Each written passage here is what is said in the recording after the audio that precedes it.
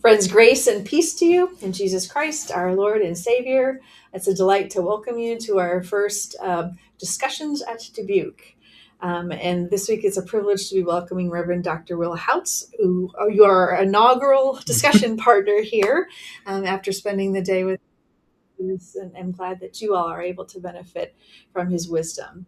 I've been very inspired by Will's glimpses provided of flexible innovation in the church. And I think this is something we need for the future. I'm also grateful for the camaraderie and the shared call on Cody, Committee on Theological for Education, as we seek to serve God's world and God's church through our theological schools. Reverend Dr. Houts is pastor of Living Hope Presbyterian Church in Menominee Falls, Wisconsin, and we'll hear more about that. This is a very unique, fully independent congregation that is housed in a senior living facility.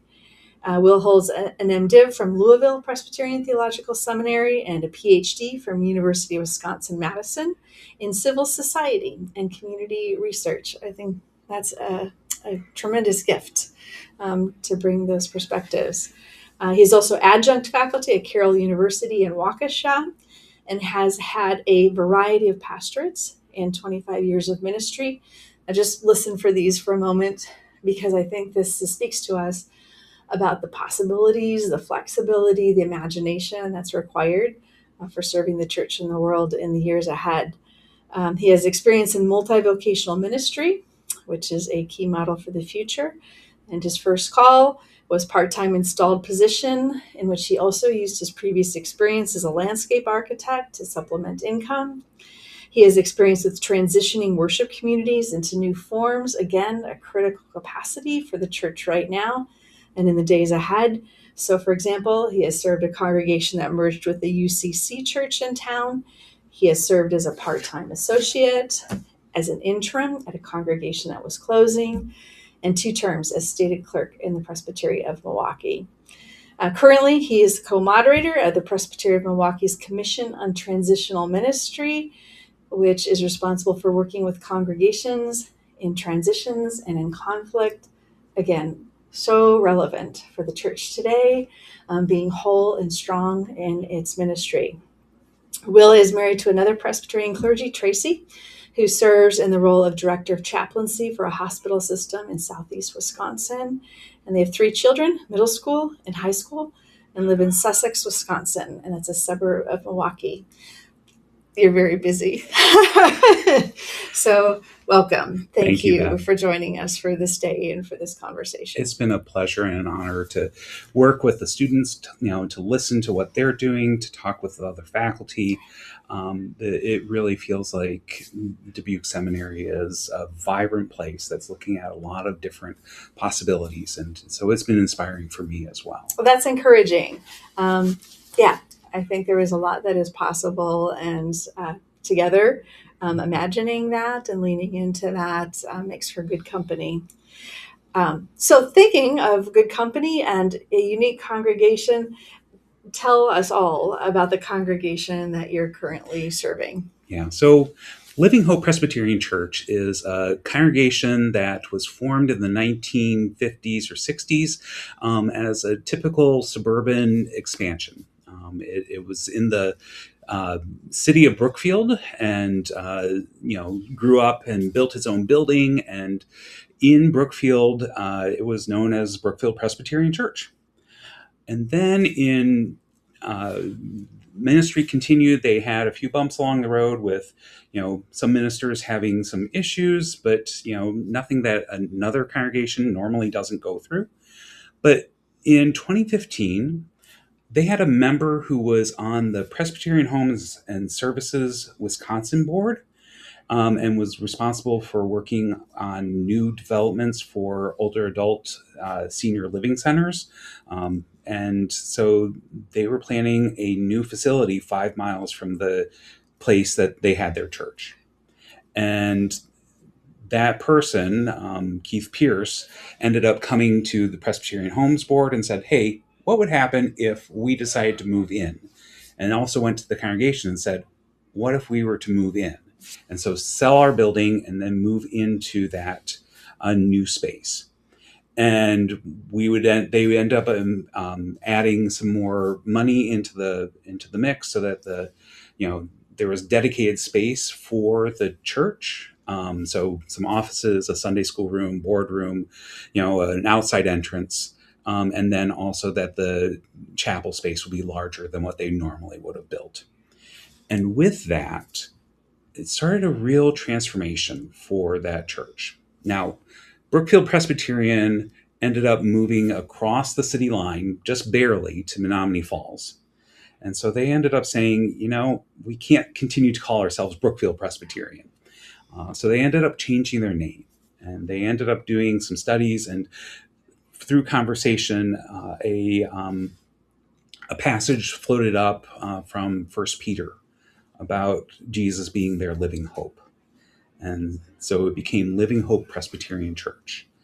And so this congregation that is, sort of housed in the same facility as a senior living center, where folks are, thinking about, retirement, older age,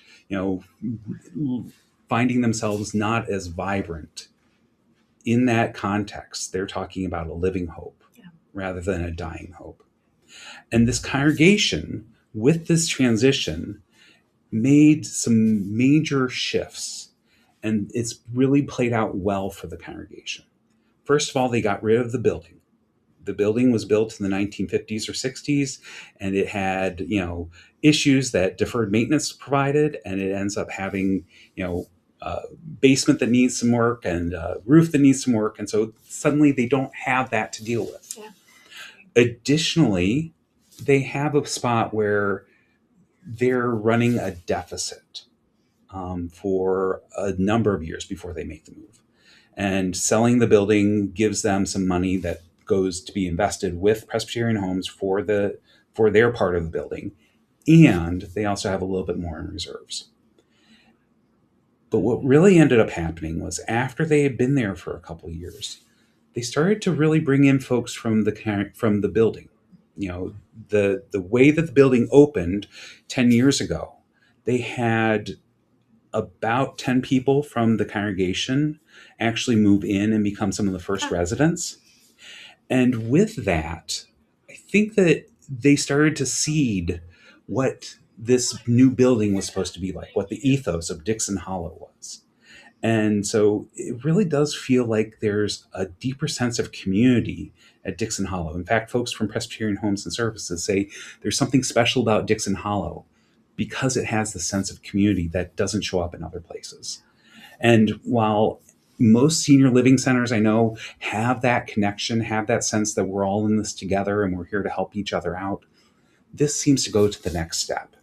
And so they act like they're a congregation, caring for one another, working together, saying, hey, haven't seen this person lately, or this person's struggling. How can we help out?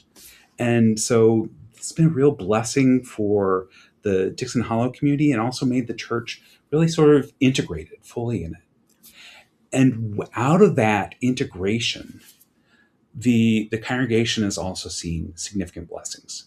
So membership has stayed steady instead of, declining. And even with, an average of 3 funerals a year, we're still seeing relatively, stable attendance.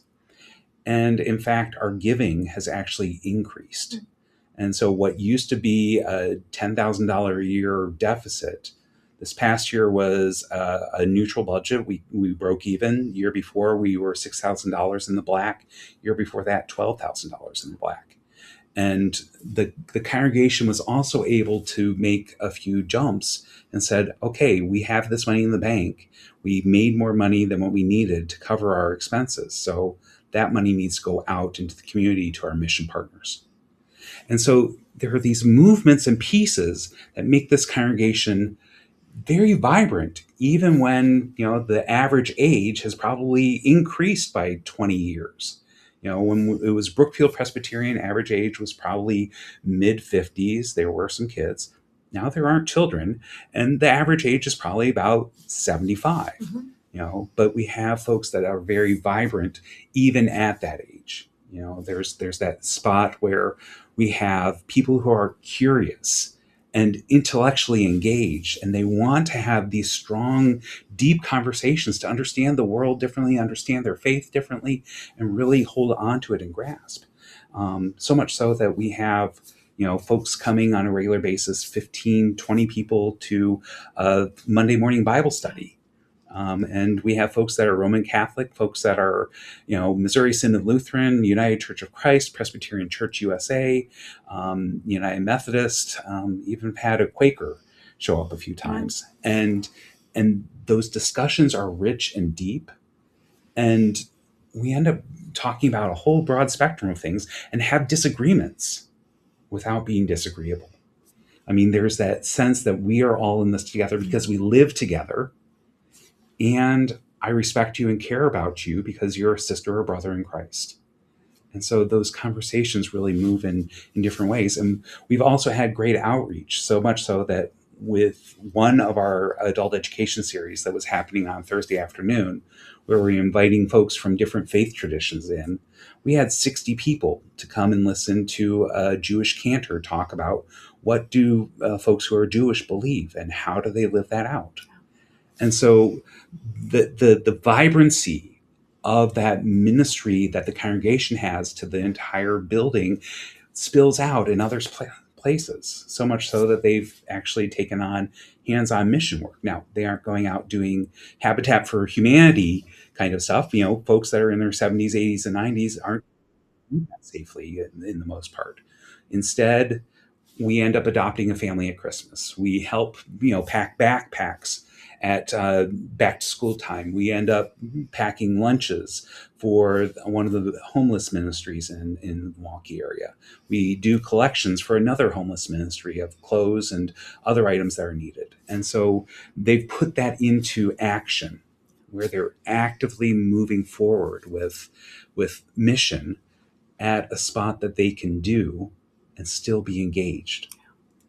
As you're talking, I'm sort of like jealous to experience that. And I think there's so much wealth there in what you've described. And I mean this in terms of spiritual depth, maturity of this congregation and all that's represented there.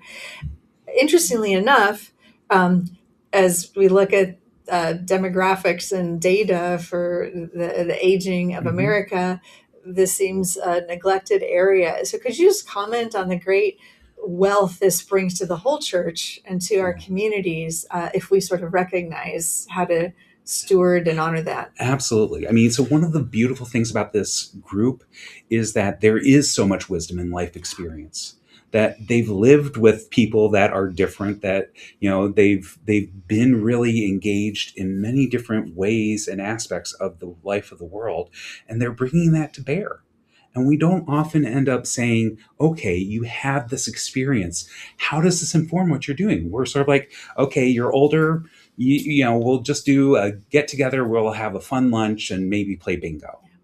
I mean, bingo is still big at Dixon Hollow. And there's also this part of engaging with the world in a critical manner that understands that faith is deeply involved in everything that we do. And so there's wisdom there, and it just needs to be opened up. And there needs to be that freedom to have questions, freedom to ask questions and say, hey, I've never learned this, even though I've been a Christian all my life. Yeah.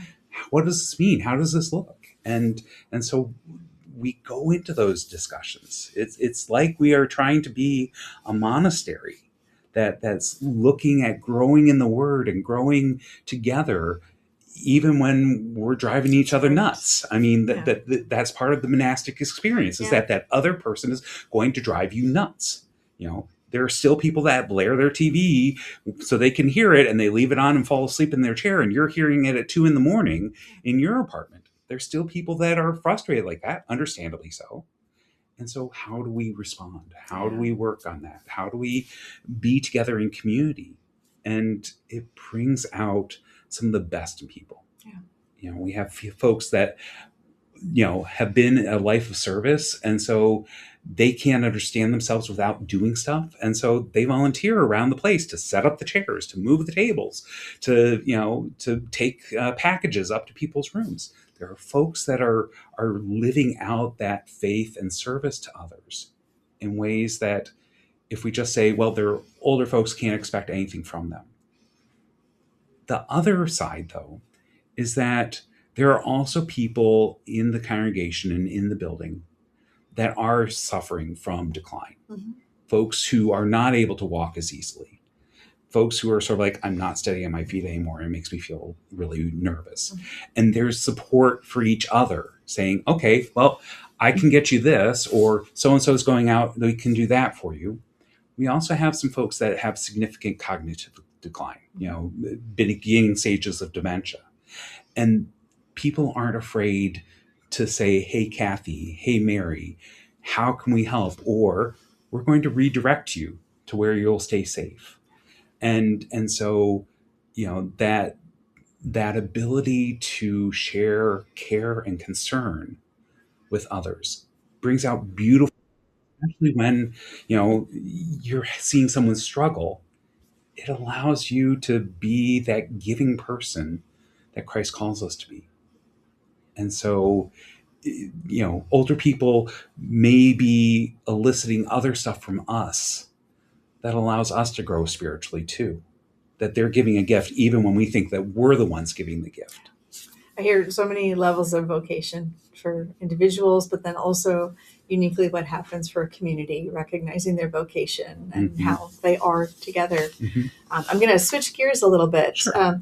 As you've talked about this congregation, but you've also had other chapters in your ministry. My own experience of call has been walked through the doors that open where I could be useful for the kingdom. It seems to me like maybe you have done this too, because you've worn a lot of different hats. And I think that kind of curiosity, hope, and flexibility is really useful in ministry these days. And so just would you comment on what that's been like for you to flex and follow? Yeah. So one of the wonderful blessings that I've had is that my spouse, who's also a Presbyterian minister, has a very stable job. I mean, she's a chaplain with Catholic healthcare. And so she ended up going into this place as sort of a, newly minted chaplain. She, got experience with a variety of different things and has moved up into a leadership role. And so she's able to bring in finances for our family. It's meant that I'm able to be part-time in ministry. I've never been full-time in these years since I, graduated seminary. It wasn't what I expected. Mm-hmm. I was sort of figuring, okay, we'll graduate.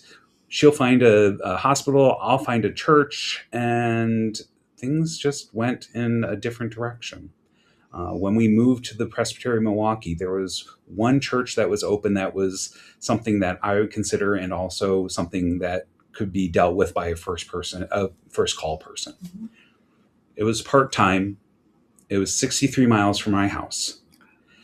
And so I put my name in thinking, this isn't going to work out. I drove out there and said, oh God, this is the middle of a cornfield. 3 sides are cornfields and the 4th is a woodlot. I ended up going into the building, and the PNC wasn't ready for me yet. And they said, we'll just have you wait in the sanctuary, because there were, the sanctuary and then the basement. Mm-hmm. That's all the space that they had.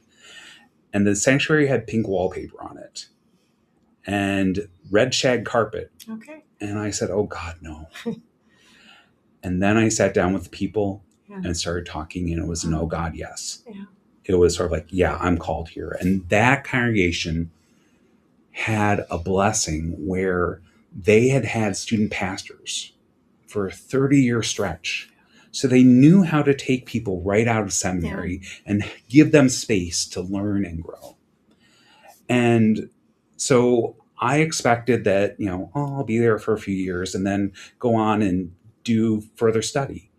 And no, it was 8 years. Wow. And because I was there for that time, I had the chance to use my skills as a landscape architect, as another part-time job. I had the opportunity to work with a congregation that had just, gone through a transition with a pastor leaving and then talking about merging with the UCC church, an associate pastor and stated clerk for 2 terms for 6 years. These are not something that I would have gotten if I went into that spot of I'm the solo pastor at a medium-sized church. I just wouldn't have had those opportunities. And so it's sort of those moments where this isn't what I would have chosen. This isn't how I would choose this to work. But, a doorway sort of opens. And you end up walking through, like you said, and say, okay, God, I'm willing to go here. Tell me how this is all going to go. I'm not quite sure, but that movement of the Spirit, that sense of, okay, there's something here. That's definitely been there. Oh, that's encouraging for you modeling that. And I've been multivocational and I've been part-time and I've never been bored. Yeah. And I've never gotten over having a sense of wonder for all of the shapes that the kingdom and the ministry of the gospel can take. That's rich. Yeah. Well, let me ask you this then on the congregational level, because these are times when society is changing and the shape of church is changing. For some congregations, that can be scary, and yet you've successfully shepherded worshiping communities through times of transition to find the new form of ministry. So in close, what words of wisdom and encouragement do you have for the church today in a time of great change? So for me, living with living hope is something that has shown me one size does not fit all. That God doesn't work in big generalities. God works in the particularity. And with that particularity, with that, individual level that we're supposed to be looking on, we're not supposed to be looking at the masses of people. It's each individual story. And so being a steward of that story that individual shares with you, being able to share your story back and forth so that it ends up illuminating what God is doing really is a beautiful thing. And so it can be really frustrating and worrying when you're sort of like, how am I going to finish paying the bills? I mean, I have 2 kids getting ready to go to college in the next 2 years. Third one will be 4 years later. And it's at that point that, okay, where is God providing? How can I respond faithfully? And where is God pushing me in particular, but the church in general, the church as a whole, to start looking at places that the society discounts? Older adults are definitely one of those spots. Oh, you can't walk, you can't drive, you can't do this, you can't do that. You're just feeble and we need to put you in a place that you'll stay safe. Okay, yes, and that safety doesn't preclude being vibrant. That safety doesn't make it so that you can't take risks. In fact, you need to take risks, even when you're in your 90s. I was so thrilled. I had a member of my congregation say yes to being on session. She just celebrated her 96th birthday.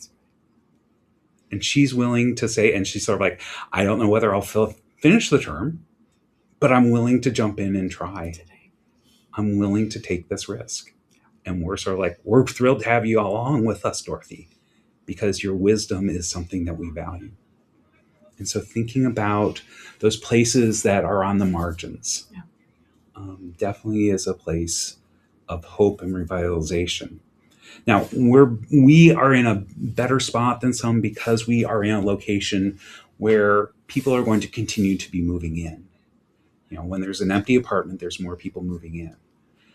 But other congregations that aren't in necessarily that realm, that are saying, oh, we don't have kids, all we have are a bunch of old people. Celebrate that.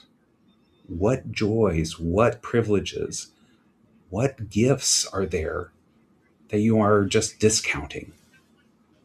Because God equips the church in ways big and small, in ways that we wouldn't even think. Thank you very much My for pleasure. the encouragement, for the vision, for modeling, and for cracking open some doors for all of us. Blessings.